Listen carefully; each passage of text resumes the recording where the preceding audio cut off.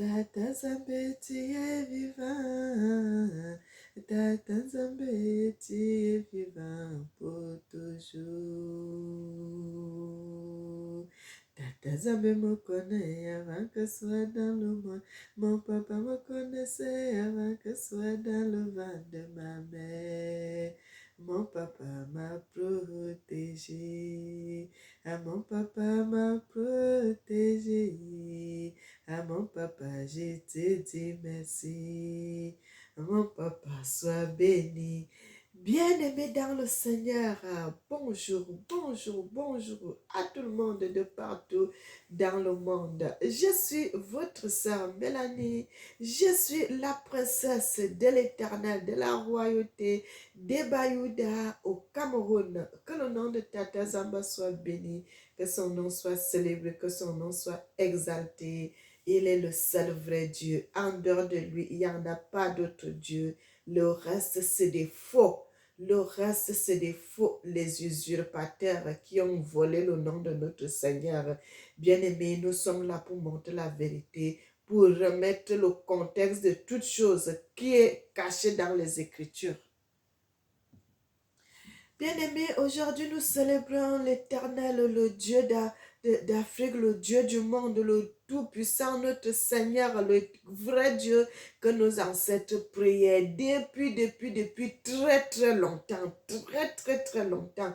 Le Dieu que nos ancêtres Moïse ont prié, le Dieu qu'en Éthiopie, là-bas on l'appelle Yeya, le Dieu que nos ancêtres priaient, les Moïse qui est allé à Josué qui est Yota, bien-aimé, ce vrai Dieu-là, le Dieu de nos ancêtres, le vrai qui a marché avec mes parents, avec nos pères depuis l'Égypte jusqu'à la terre promise. Bien-aimé, c'est ce Dieu-là que je célèbre. Le Dieu qu'on a célébré au temps de nos ancêtres. Frères et sœurs, c'est ce Dieu-là que je célèbre aujourd'hui, le célébrer, l'exalter, le magnifier. C'est ce Dieu-là que je veux montrer au monde, pour vous montrer que c'est lui-là qui est le vrai. C'est lui-là qui est le vrai, mes bien-aimés. On a changé son nom. On a changé son identité. On a changé son lieu de naissance. Mais le Seigneur fait toujours grâce. Le Seigneur dit dans le livre de Daniel 12 à partir du verset 4, il dit, à ce temps-là, la connaissance va augmenter et les gens comprendront bien la parole. Les gens connaîtront bien les Écritures. La connaissance va augmenter et les gens vont comprendre. L'intelligence va accroître. Bien-aimé, notre ancêtre qu'on appelle Daniel, son vrai nom c'est Ganga Nzubi, de son vrai nom. Moïse, son vrai nom c'est Taléa. Josué dans la Bible, son vrai nom c'est Yota. Mais bien-aimés, ça ce n'est pas l'histoire qui vient d'ailleurs. C'est l'histoire de notre histoire, notre histoire. Mes frères et sœurs, Yota qu'on appelle Josué dans la Bible, cet homme a vécu au Cameroun jusqu'au moment où il était mort. Il était mort là-bas. Mes frères et sœurs, que l'Éternel notre Dieu soit béni. Que l'Éternel notre Dieu soit béni, que l'Éternel notre Seigneur soit glorifié, que l'Éternel notre Dieu soit exalté. Ça, c'est notre histoire. C'est notre histoire, c'est notre histoire, mes bien-aimés. Quand on dit toujours Jésus fils de Nun, donc Yota fils de Nun, bien-aimé, le fleuve, le Nun, se trouve au Cameroun jusqu'aujourd'hui. Déjà, le fleuve ne se déplace pas. Ça existe jusqu'à nos jours. Ça existe jusqu'en 2024. Le nom de la Bible, ça existe, mes bien-aimés. Ce nom, Jésus-là, son vrai nom, Yota, il a vécu au Cameroun quand il a marché avec le peuple de Dieu depuis l'Égypte jusqu'à le territoire que l'Éternel avait donné se trouve au Cameroun jusqu'à nos jours, mes bien-aimés. Moïse, qui est vraiment Talia, bien-aimé, pourquoi Moïse n'était pas entré à la terre promise, mes frères et sœurs? Parce que Moïse, qui est Talia, c'est les descendants de Joseph. les descendants de Joseph, de sa deuxième femme qui était la femme éthiopienne, mes bien-aimés.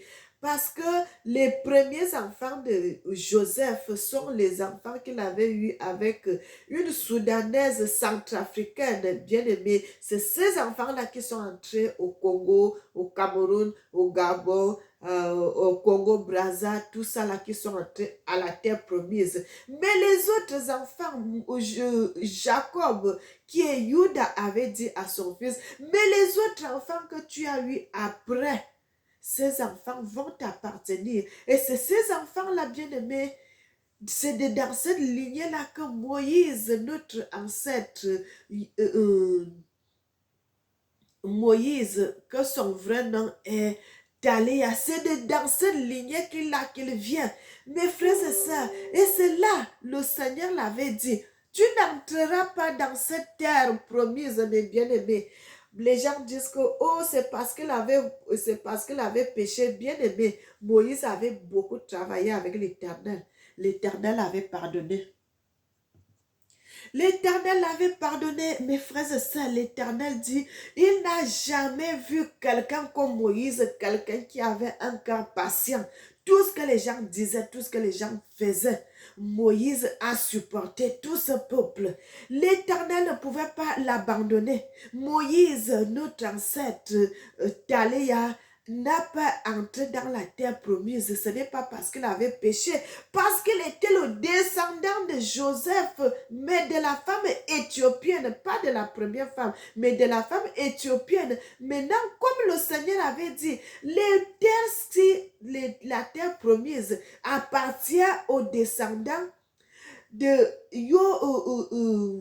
Juda, mais il y a seulement les deux enfants que Joseph avait eus avant, avec la première femme. C'est ces enfants-là qui ont le droit d'entrer à la terre promise avec les enfants de Juda. Mais les deux autres enfants qu'il avait eu avec la femme éthiopienne, ces enfants-là ne doivent pas entrer dans la terre promise parce que ce n'est pas leur héritage, mes frères et sœurs. C'est à cause de cela que Moïse était mort au niveau de, il a été enlevé au niveau de la frontière, où le Rwanda et puis le Congo. Frères et sœurs, c'est à ce temps-là qu'il a été enlevé là. Ce n'est pas parce qu'il avait péché, ce n'est pas parce qu'il avait commis des fautes, non. C'est parce qu'il n'avait pas de descendance, de territoire qu'il devait avoir en Afrique centrale.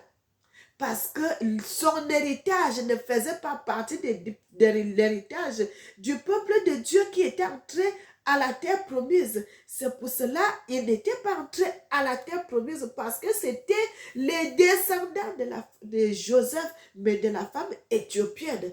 Mais bien aimés, lisons bien les Écritures, lisons bien les Écritures, lisons bien les Écritures. Écoutez la voix de Dieu.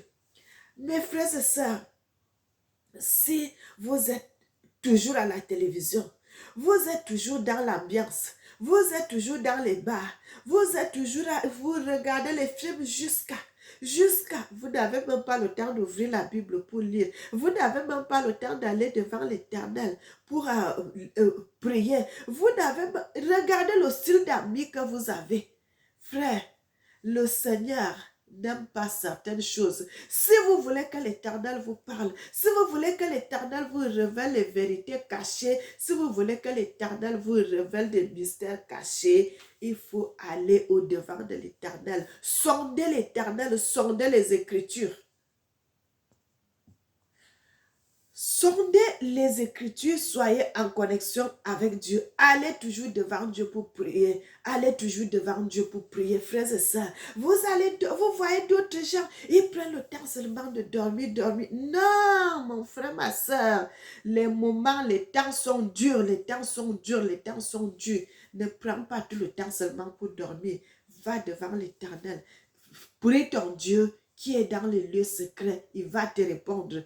Bien-aimés, non seulement cela, je voulais aussi vous dire, vous savez, Joseph, qu'on dit dans la Bible, son vrai nom, c'est Ndongala. Ndongala, bien-aimé, les noms là sont au Congo là-bas, les Ndongala, frères et sœurs, que l'Éternel vous bénisse.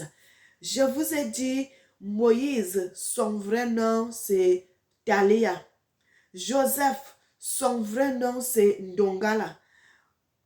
Josué, son vrai nom, c'est Yoda.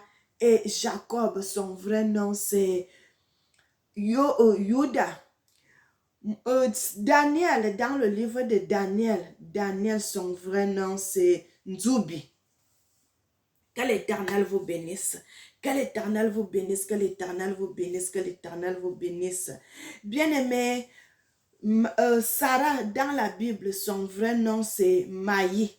L'Éternel m'avait même donné encore cette révélation et je voulais aussi profiter pour faire la vidéo sur ça, pour répondre aux questions d'une sœur qui m'avait posé la question sur les descendants de Maï. Le Seigneur aussi m'avait amené et c'est cette histoire-là que nous allons parler aujourd'hui. Avant de commencer, mes frères et sœurs, nous allons prier. Éternel, notre Seigneur et notre Dieu, que tu es magnifique sur toute la terre, que ton nom soit béni, que ton nom soit élevé, que ton nom soit exalté. Amen. Oh, Dieu est bon, Dieu est merveilleux, il mérite qu'on le loue, il mérite qu'on le célèbre, il mérite qu'on l'adore. Mes bien-aimés, nous allons aller dans le livre de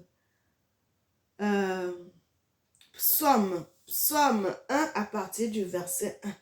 La Bible dit, heureux l'homme qui ne marche pas selon le conseil des méchants, qui ne s'arrête pas sur la voie des pécheurs et qui ne s'assied pas en compagnie des moqueurs, mais qui trouve son plaisir dans la loi de l'Éternel et qui la médite jour et nuit. Il est comme un arbre planté près d'un courant d'eau qui donne son fruit en sa saison, dont le feuillage ne se flétrit point. Tout ce qu'il fait, lui, réussit. Bien-aimés, nous ne sommes pas dans la sécheresse, nous sommes arrosés. Mélanie est arrosée tout moment, à tout moment, à tout moment, à tout moment. Les révélations de l'Éternel sont sur les gens qui le cherchent en esprit et en vérité, dans la sincérité de cœur. Devant l'Éternel, il faut s'humilier. Il faut s'humilier, il faut s'humilier. Bien-aimés, chaque fois que moi j'ai un problème et que je viens devant l'Éternel et devant les hommes pour demander pardon. L'Éternel, notre Dieu, aime ça. Frères et sœurs, n'ayez pas peur de demander pardon à Dieu devant les hommes. Ça fait du bien à Dieu, ça lui fait tellement du bien. Quand vous faites du mal, demandez pardon. N'ayez pas peur, ne regardez pas, les gens vont dire ceci, les gens vont dire ça. Frères et sœurs, c'est leur problème. C'est leur problème. Moi, ce qui m'intéresse, c'est d'être en connexion, d'être en paix avec mon Dieu. Bien-aimé, ma révélation que l'Éternel avait donnée, c'est quoi?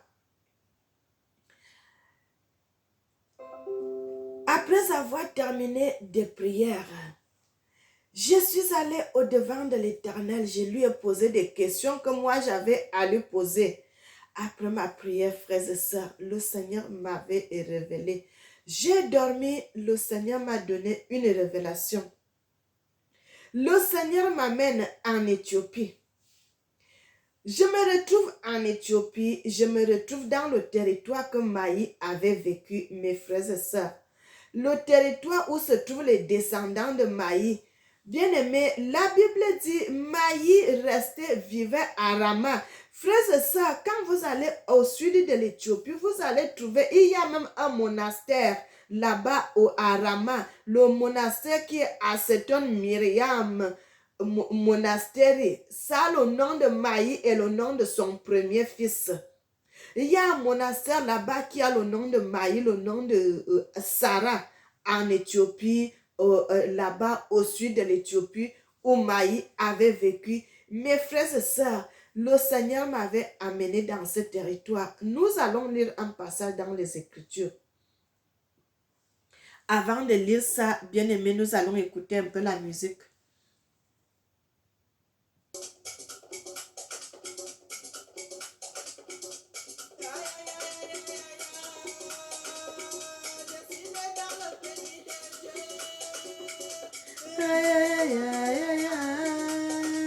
Je suis né dans le continent de Dieu.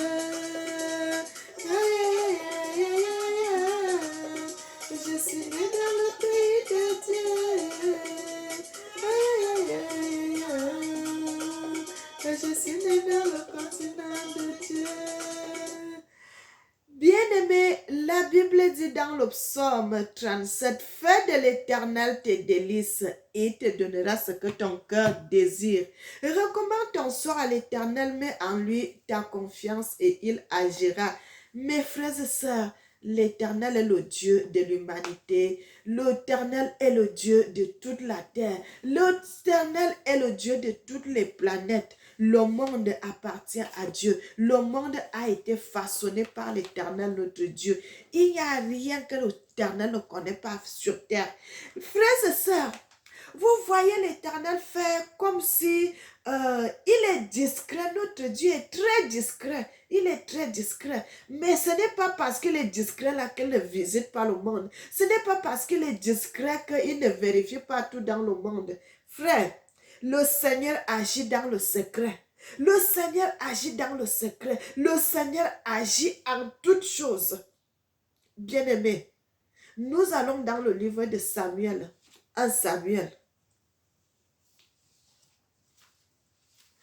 Aïe, aïe, aïe, aïe, aïe, aïe. Et je suis né dans le continent de Dieu. Oh, oh, oh, oh, quel amour. Tu es amour, maman, Africa. Maman, maman, que je t'aime. Yeah, maman. Tu aimes les humains, tu aimes les hommes. L'humanité vient de toi, Africa. Je vais te louer, je vais t'élever. Oh, oh, maman. Maman. Oh, oh, Africa. Bien-aimé, vous voulez être béni. Vous voulez avoir des révélations. Vous voulez avoir la voix de l'Éternel à votre oreille. Vous voulez que l'Éternel vous parle dans votre cœur. Vous voulez avoir des visions. Bien-aimé, une seule chose. Allez au-devant de l'Éternel. Priez pour l'Afrique. Prions pour l'Afrique, notre continent. Nous sommes nés en Afrique, nous sommes des Africains. Chaque pays, chaque personne a son territoire où il est né. Il y a les autres qui sont des Européens. Il y a des autres qui sont des Américains. Il y a des autres qui sont de tel ou tel continent. Mais nous, les Africains, nous avons notre continent, Maman Africa. Nous devons prier pour l'Afrique. Nous devons prier pour notre continent. Nous devons prier pour nos pays. Bien-aimés, un seul sujet, l'Afrique. L'Afrique, mon frère, l'Éternel dit, toi dans mes affaires, moi dans ton champ. Moi dans ton champ, toi dans mes affaires.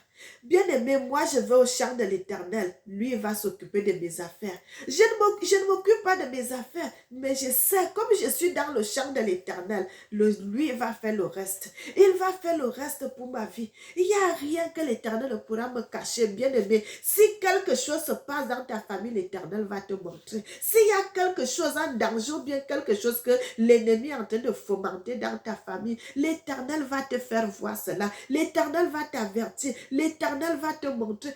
Bien-aimé, l'Éternel va t'amener dans d'autres pays, dans des endroits où tu n'as jamais été. Je n'ai jamais été en Éthiopie, mais l'Éternel m'a transporté. Il m'a amené en Éthiopie. Il est allé, il m'a montré les descendants de Sarah. C'est de ça que nous allons parler aujourd'hui. Bien-aimé, frères et sœurs, le Seigneur m'amène en Éthiopie. Je me retrouve dans le territoire où se trouvent les descendants, où se trouvent les descendants de Sarah. Elle est décédée depuis très très longtemps. Notre ancêtre Maï, elle est décédée très longtemps. Mais l'Éternel m'amène dans son territoire. L'Éternel m'accompagne où vivent les descendants de Sarah en Éthiopie. Le Seigneur m'accompagne dans ce territoire. Je me retrouve en Éthiopie. L'Éternel me parle de l'Éthiopie, de ses descendants-là. Bien-aimés, nous allons lire cela dans les Écritures en ce moment. L'Éternel m'amène dans ce territoire. L'Éternel me montre les maisons, il me montre partout où ils vivent. Et c'est là où le Seigneur m'a confirmé encore que le vrai nom de Sarah, c'est Maï. L'Éternel me dit, tu vois ces gens-là, ils ont les terres. Le Seigneur m'a transporté jusqu'à tous les terres. Il m'a montré les terres. Beaucoup de terres que tous ces gens ont. Les terres-là, ils n'utilisent pas. Ils ne travaillent pas sur ces terres. Ils ne cultivent pas les terres. Ils ne font rien. L'Éternel me dit, c'est pour cela qu'il y a toujours la famine en Éthiopie. C'est pour cela qu'il y a toujours la famine en Éthiopie parce que les gens ne veulent pas travailler. Les gens ne veulent pas cultiver les terres alors qu'ils ont beaucoup de terres. Ils ne veulent pas cultiver. Ils ne veulent pas cultiver. Ils attendent seulement que le gouvernement leur fournisse à manger. Bien-aimé, Dieu parle. Dieu parle. Dieu parle. Vous savez, chaque fois il y a la famine en Éthiopie. Chaque fois il y a la famine en Éthiopie. Chaque fois il y a la famine en Éthiopie. Pourquoi ça? Parce que les descendants de Sarah, le Seigneur me montre ça. Que regarde les terres. Ils ont les terres, mais ils n'utilisent pas. Ils ne cultivent pas ces terres. Nous allons aller dans le livre de Genèse. Pardon.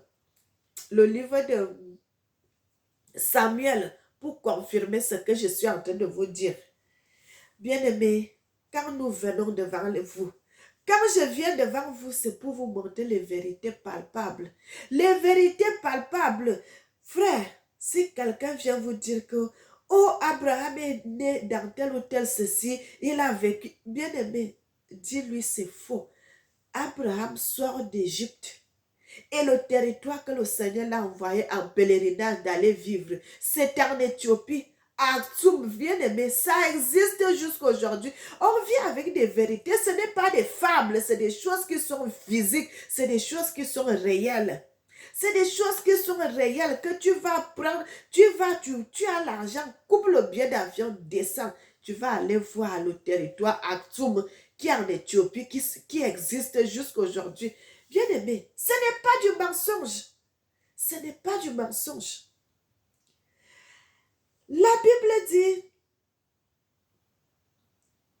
dans le livre de 1 Samuel, à partir du verset 1, la Bible dit, il y avait un homme de Rama, bien-aimé, Rama, le territoire que Abaï vivait, Rama. Maintenant, on dit Ramataïm. Comment on peut dire, vous savez comment on peut dire un Camerounais?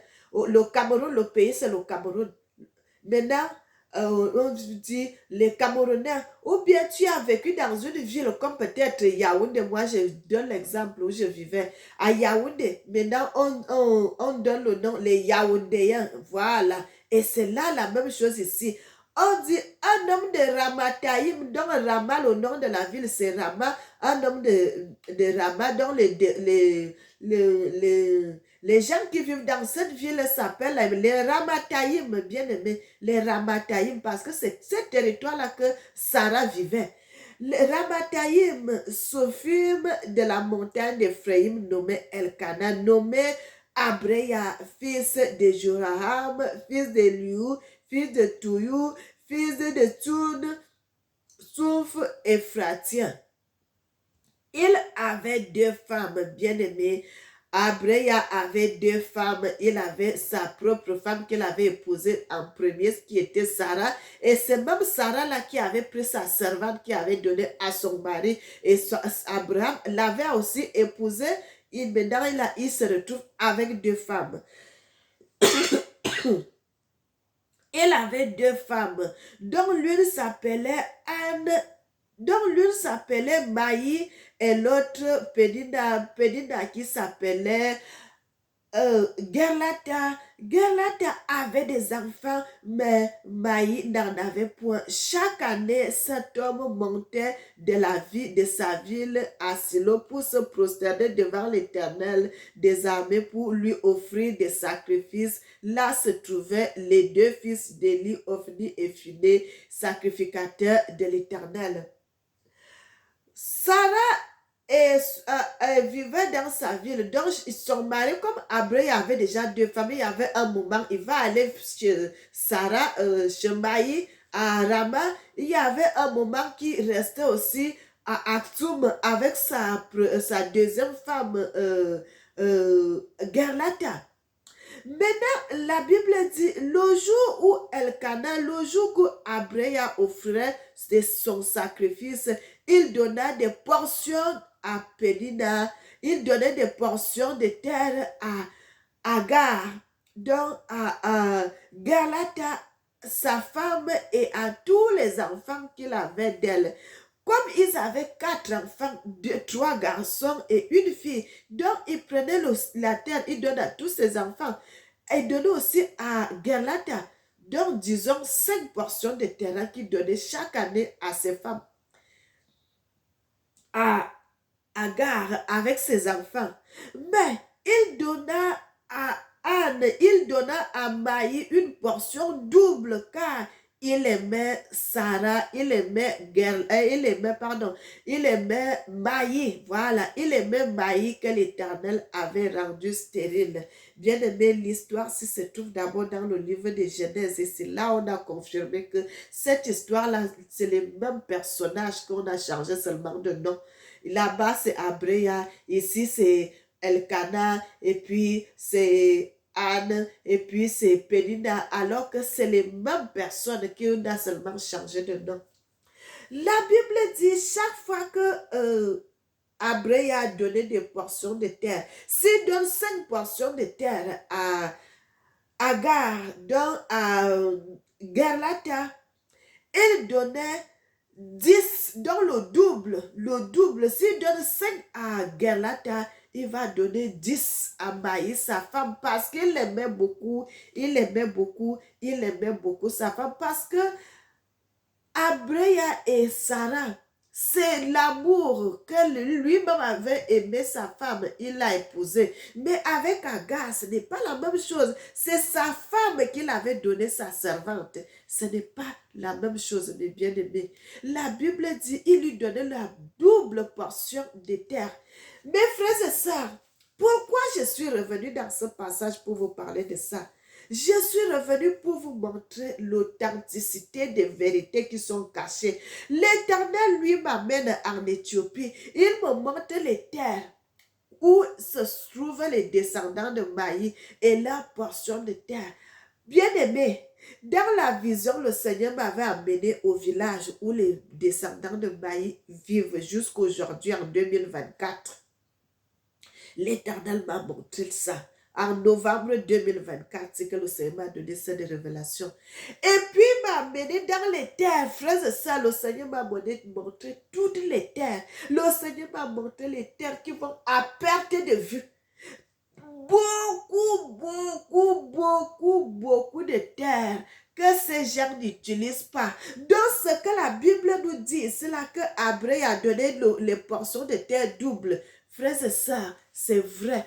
C'est vrai. C'est vrai parce que c'est l'histoire d'Abraham que ça se passe ici. Ce n'est pas les Elkana, les ceci, c'est le vrai personnage. C'est Abraham, Maï, Gerlata, et puis son frère jumeau Actibeya. Donc l'Éternel m'amène donc en Éthiopie pour vous montrer ses descendants de Maï. Et il m'amène aussi, il me fait voir les terres. Bien-aimés, ces gens-là vivent dans une misère terrible. La façon que le Seigneur m'avait montré, ils vivent dans une misère pas possible. Mais ils ont les terres. Ils ont les terres. Frère, ils ne cultivent pas les terres. Vous savez, mon frère, ma soeur, si tu as un enfant que ton père t'a donné les terres, tu es le plus béni de toute la terre. Quand vos parents vous laissent les terres, vos parents vous ont aimé. Et vous voyez toutes les terres là, le Seigneur m'a montré ça. Frère, il n'y a pas quelqu'un qui cultive ces terres. Les terres sont comme ça à perte de vue. Les terres sont comme ça. Ils ne cultivent pas les terres. Ils sont dans la misère. La façon que je les ai vus, regarde les maisons que ces gens-là habitent. Regarde les endroits où ces gens-là vivent. Bien-aimés, les maisons délabrées, les maisons comme ça, dans les tentes de Cécile, pas bien. Le Seigneur me montre que voilà les descendants de Sarah. Voici les descendants de Maï. Et ils ont toutes ces terres. Bien-aimés, maintenant le Seigneur commence à me dire, tu vois toutes ces terres que ces gens ont. Ils ont tellement de terres, mais ils ne veulent pas travailler. Ils ne veulent pas travailler. Ils attendent seulement que le gouvernement s'occupe d'eux. Ils ne veulent pas cultiver les terres. Ils ne veulent pas cultiver. Ils ne veulent pas faire des champs. Ils ne veulent pas faire des plantations. Bien aimé, même s'ils font seulement des maïs. Ils vont aller de l'autre maïs, ils vont manger. D'autres vont aller vendre. Ils ne seront pas dans la souffrance. Mais ils ne font pas ça. Ils sont seulement là. Ils sont assis. Ils ne font rien. S'ils travaillent, ils vont faire des petites choses. Ils ne font pas grand-chose. Comment vous ne serez pas dans la misère? Comment vous ne serez pas dans la misère? Comment vous ne serez pas chaque année, il y a la famine en Éthiopie. Chaque année, il y a la famine en Éthiopie. Chaque année, il y a la famine en Éthiopie. À tout moment, il y a la famine en Éthiopie. Le Seigneur me dit, voilà la cause. Bien-aimé, le Seigneur me dit, voilà la cause. Voilà la cause de ces gens-là que tu vois chaque fois, il y a la famine en Éthiopie. C'est ça la cause, parce qu'ils ne veulent pas travailler. Ils ne veulent pas fournir leur effort pour travailler, alors qu'ils ont des terres, alors qu'ils ont tout. Frères et sœurs, donc, la sœur qui m'avait posé la question sur les descendants de Maï, ils sont toujours en Éthiopie. Les descendants de Maïs sont toujours en Éthiopie parce que le Seigneur m'a amené dans ce territoire. Je les ai vus. Le Seigneur m'a montré les descendants de Maïs, les descendants de Sarah dans la Bible. Ils sont toujours là-bas en Éthiopie. Bien-aimés, servons Dieu dans la vérité. Servons Dieu dans la vérité. Et c'est à cause, la cause de leur souffrance, la cause de leur famine à tout moment, c'est parce qu'ils ne travaillent pas, ils ne veulent pas cultiver les terres. C'est ça la cause de leur famine que le Seigneur m'avait donné cette révélation. Et je voulais aussi dire quelque chose à propos de la question qu'une autre personne m'avait posé une question. Le frère m'avait posé la question sur euh, les gens qui prennent deux femmes. Il m'a dit, comme nos ancêtres aimaient souvent prendre les deux femmes, frères et sœurs. Bien aimé, Abraham, il a eu deux femmes. Ce n'est pas qu'il avait décidé de prendre une deuxième femme. C'est parce que c'est sa femme même qu'il avait donné sa servante. Et notre ancêtre Juda, que nous sommes les descendants, que nous sommes au Cameroun, au Congo, l'Afrique centrale, que nous sommes là-bas, les descendants de Juda, les descendants d'Agar. Bien aimé, Juda, lui, il avait eu ses femmes. Ce n'est pas qu'il avait demandé, mais bien aimé. C'est son beau-père qui l'avait imposé. La première fille, il a dit, on ne peut pas marier la deuxième fille si la grande sœur n'est pas mariée. Vous savez que cette loi-là, ça existait en Afrique, bien aimé. On ne pouvait pas marier la petite sœur tant que la grande sœur n'est pas mariée. Ça existait comme ça à l'époque de nos parents. C'était comme ça. La petite sœur ne pouvait pas se marier tant que la grande sœur ne se mariait pas. Il fallait attendre que la grande sœur se mariait et puis maintenant la petite sœur allait se marier. Et c'est une loi qui était comme ça en Afrique, bien aimée. C'est une loi africaine. Et maintenant, notre Yuda, c'est son beau-père qui l'avait trompé. Il a mis sa première fille dans son lit alors qu'il a gardé la deuxième fille. Et c'est après le matin qu'il a su que non, ce n'était pas ce n'était pas Rachel, et c'était Léa.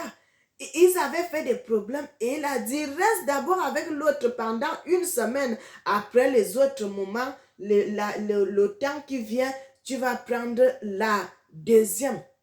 Frères et sœurs, et Yuda là aussi, la deuxième quand il avait eu ces deux femmes, maintenant, là, il vivait déjà avec Léa et puis Rachel. Maintenant, quand Rachel avait vu qu'elle ne faisait pas les enfants à son mari, elle a pris sa servante, elle-même, elle a donné sa servante à son mari, Judas, Jacob, elle a pris sa servante, elle a donné à son mari, va vers ma servante, tu vas faire les enfants avec elle et ces enfants seront à moi. Et c'est comme ça que Jacob, Judas avait commencé à sortir aussi avec la servante de Rachel. Et quand Léa avait vu ça, Léa aussi a pris sa servante.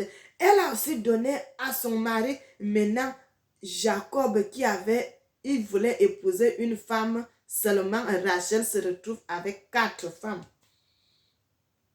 2 femmes mariées plus 2 concubines. Bien-aimés, avoir 2 femmes, ce n'est pas la volonté de Dieu.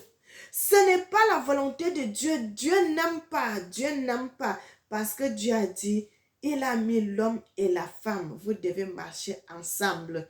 L'homme quittera son père et sa mère et s'attachera à sa femme. Et les deux deviendront un. La polygamie ne vient pas de l'Éternel, mes bien-aimés. Dieu n'aime pas la polygamie. Dieu n'aime pas la polygamie, mes bien-aimés. Ça, c'est la réponse que je voulais donner à mon frère. Mon frère, ne cherche pas une deuxième femme. Ce n'est pas bon. Parce que quand tu vas faire ça, tu vas blesser ta femme qui est à la maison. Et quand tu blesses ta femme, tu blesses l'Éternel. Dieu n'aime pas quand la femme est dans la souffrance. Parce que si cette femme se met à prier, met les pieds, ses genoux à terre pour prier, l'Éternel va exaucer à la prière de cette femme. Tu vas voir comment la vie de cet homme-là va changer. La vie de cet homme-là devient mauvaise. Sa vie change, elle devient pire. Bien aimé, lorsque la femme est dans la souffrance et qu'elle se met à prier devant l'Éternel, frères et sœurs, faites très attention. Faites très attention. L'Éternel écoute. Quand la femme pleure, quand la femme misère et que son mari a tout, son mari l'a fait cocu, son mari fait ça, son mari couche avec d'autres femmes dehors. Quand cette femme se met à prier devant l'Éternel et verse les larmes, ne croyez pas que quand elle verse les larmes ne vont pas à terre, bien aimé. Les larmes là tombent devant l'Éternel. Les larmes là tombent devant l'Éternel. C'est très dangereux pour cet homme. C'est très dangereux pour cet homme. Frères et sœurs, faites très attention. Faites très attention. La polygamie ne vient pas de l'Éternel. Dieu n'aime pas d'abord la polygamie. Dieu n'aime pas ça parce que c'est un péché. Frères et sœurs, peuple africain, respectez l'Éternel, notre Dieu. Respectez la loi de l'Éternel. Respectez Dieu. Respectons notre Seigneur. Respectons notre Papa. C'est là où nous aurons la vie. C'est là où nous serons dans la joie. C'est ici que nous allons nous séparer. Je crois que j'ai donné la réponse à mon frère et j'ai aussi donné la réponse à ma sœur. Dieu m'a montré que les descendants de Maï, Sarah, sont toujours là-bas en Éthiopie. Et le Seigneur n'aime pas aussi la polygamie dont l'Éternel dit. C'est à cause de ce problème-là, parce que les descendants de Maï, les descendants de Sarah n'aiment pas travailler. C'est pour cela qu'ils sont toujours chaque fois dans la famine. Il y a toujours la famine en Éthiopie. Chaque fois, il y a la famine en Éthiopie. Mes frères et sœurs, c'est ici que nous allons nous séparer. Nous allons prier. Éternel notre Seigneur, Papa Zama, tu mérites qu'on te loue. Tu mérites qu'on te loue, tu mérites qu'on te loue, tu mérites qu'on te loue, tu mérites qu'on te loue. Sois béni, sois magnifié, sois exalté, notre Seigneur et notre Dieu. Amen. N'oubliez jamais que l'Éternel vous aime, moi aussi je vous aime. Et que l'Éternel bénisse l'Afrique, qu'il bénisse les Africains et qu'il bénisse le monde. Amen.